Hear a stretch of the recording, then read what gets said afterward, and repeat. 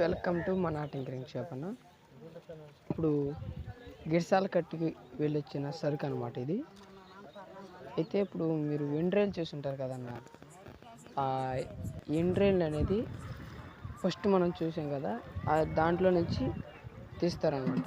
మనుషులు క్లీనింగ్ చేసి ఇట్లా చెత్త మొత్తం తీసిన తర్వాత ఇప్పుడు గుంజుతారు రెయిన్ నీట్గా, అంటే చెత్త బొత్త ఏం లేకుండా గుంజుతారనమాట. తర్వాత అవన్నీ ఒక గుట్టుగా ఒక ప్లాట్ఫారం మీద రైలు ఎండబెడతారనమాట. ఎండ్రైలు మనకు అమ్మే ఎండ్రైలు అనమాట. ఇవి ఫ్రెష్గా ఉంటాయి అన్న. ఇక్కడైతే నాచుకుంటలు అయితే ఫ్రెష్గా దొరుకుతాయి అన్నమాట ఎండ్రైలు. అట్లా ఇప్పుడు క్లీనింగ్ చేసిన డ్రైన్ ఇలా ఒక రోడ్డు మీద పేరుస్తారన్నమాట. ప్లాట్ఫామ్ దాని మీద పేరుస్తారు.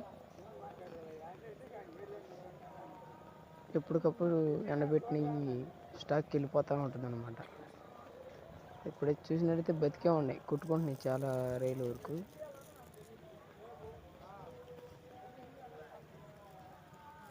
ఫ్రెష్ సరుకు పడుద్ది అన్న.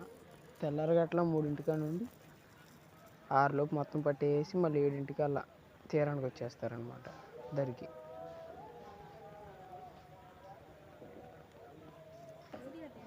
ఒకసారి మనకి రోడ్ల మీద అమ్ముతూ ఉంటారనమాట.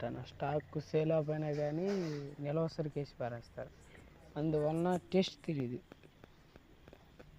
రుచి తెలవక సన్నాసి రైలు అనుకోండి.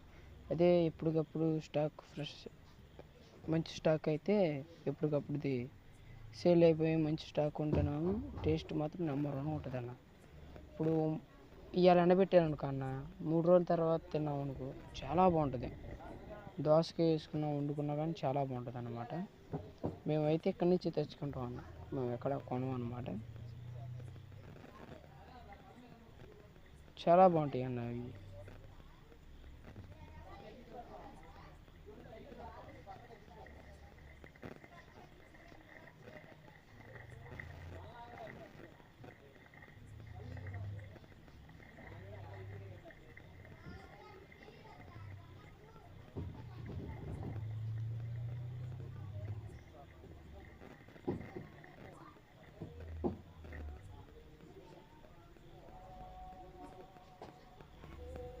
సరికైతే ఎప్పటికప్పుడుది ఇలా అట్టి పెట్టరనమాట.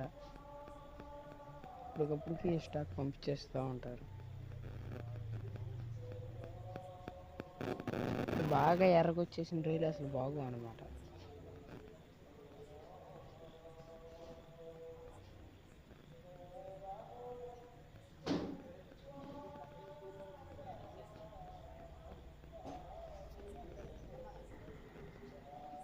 వీడియో అక్కడక్కడ స్టక్ అవుతుంది అనమాట, కొంచెం ఏమనుకోమాకన్నా.